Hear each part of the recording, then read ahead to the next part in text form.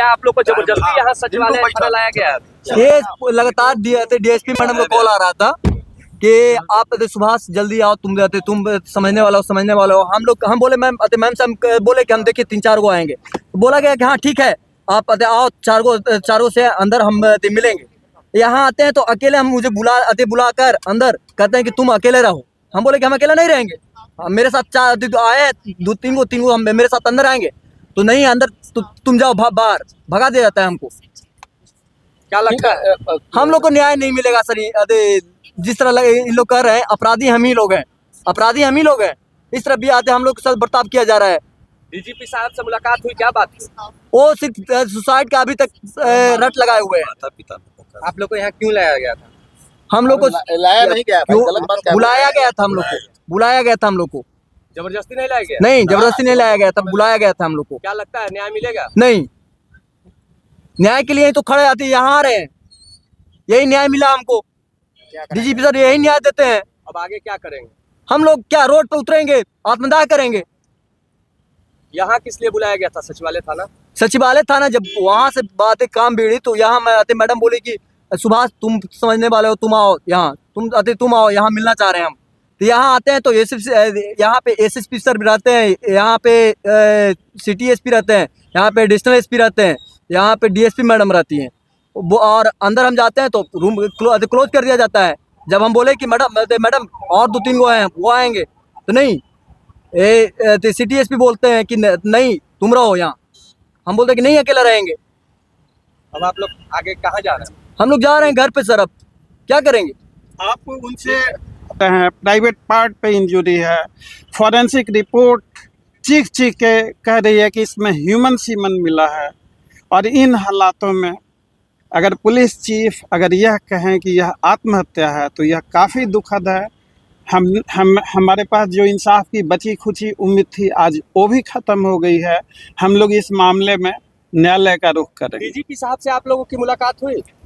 मृतका के माता पिता की मुलाकात हुई है। क्या बताया उन्होंने, क्या बात? मृतका के माता पिता ने हमें यह बताया कि डीजीपी महोदय का यह पक्ष था कि यह केस आत्महत्या का है, बलात्कार का नहीं। तो यह बात हमें मृतका के माता पिता ने बताया। आप लोग क्या लगता है? हमें क्या लगता है, आप पोस्टमार्टम रिपोर्ट को देखिए, फॉरेंसिक साइंस रिपोर्ट को देखिए। पुलिस यहाँ क्यों लेके आई? आप लोग जा रहे थे जहानाबाद, सुने कि हाँ, रास्ते में रोका गया। अब पुलिस अगर इस केस को आत्महत्या मानती है तो ऐसे पुलिस के पास अपनी फरियाद लेकर जाने से कोई फायदा नहीं, क्योंकि अब हमें इंसाफ की कोई उम्मीद नहीं।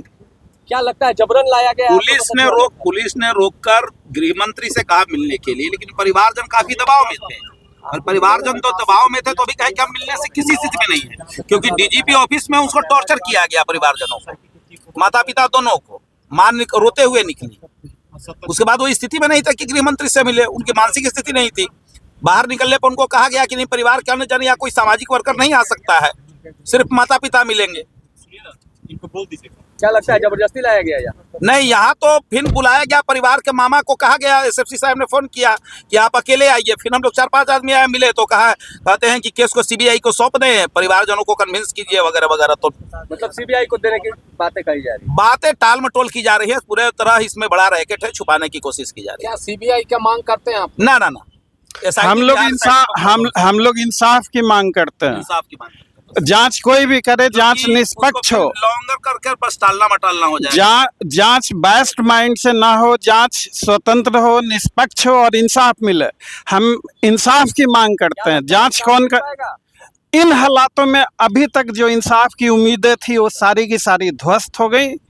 अब हमें नहीं लगता कि इस मुकदमे में इंसाफ हो पाएगा। आप कौन हुए सर?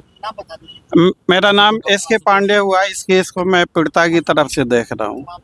क्या मोबाइल नंबर है? हाँ, डीजीपी साहब ने बुलाया था उनके माता पिता, वो तो सिर्फ पिताजी गए, ऑन रिकॉर्ड नहीं। हाँ।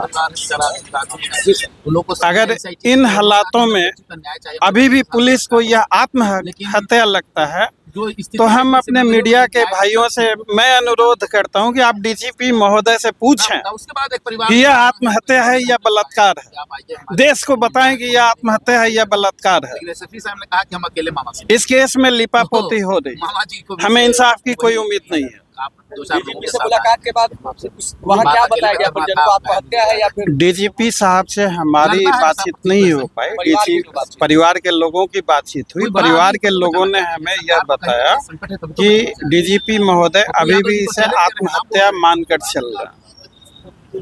अब तो क्या आपको लग होगा रहा ही, अब तो बड़ा लिपापोती हो रही। स्थितियां बन रही है और गंभीर बन रही है। पुलिस जितना चाह रही है कि यह काफी सरकार, दुखद है। इसको इग्नोर करें, यह गंभीर स्थिति बन जाए, क्योंकि इस बात का जवाब डीजीपी महोदय ही देंगे कि इस केस में क्या हो रहा है। अच्छा ही करती है अभी तक की है, पोस्टमार्टम विस्तार रिपोर्ट करती है, आप तो देखेंगे, मैंने न्याय की उम्मीद पूरा बदन नाखूनों के जख्म से भरा पड़ा है, प्राइवेट पार्ट पे इंजरी है, फॉरेंसिक रिपोर्ट में अंडरगारमेंट में ह्यूमन सीमन मिल रहा है। माता पिता का है क्या अकेले? अगर इन हालातों में भी अगर यह आत्महत्या लगता है, हमें तो यह लगता है कि आत्महत्या की तरफ एक साजिश के तहत केस को मोड़ा गया है, फर्जी साक्ष्य और सबूत क्रिएट किए जा रहे हैं ताकि असली गुनाहगारों पे पर्दा डाला जा सके।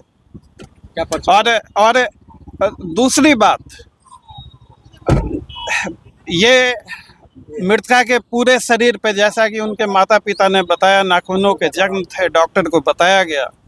ये डॉक्टरों ने यह बात पुलिस को बताई या नहीं बताई कि मृतका के सारे बदन पे जख्म है, या जख्म कैसे हुए, किसने हुए, किन हालातों में हुए। पुलिस इस बात का जवाब दे कि अंडरगारमेंट्स पे जो ह्यूमन सीमन मिला है वो किसका है, क्यों। अगर इन हालातों में भी अगर पुलिस को लगता है कि यह आत्महत्या है तो यह काफ़ी दुखद है।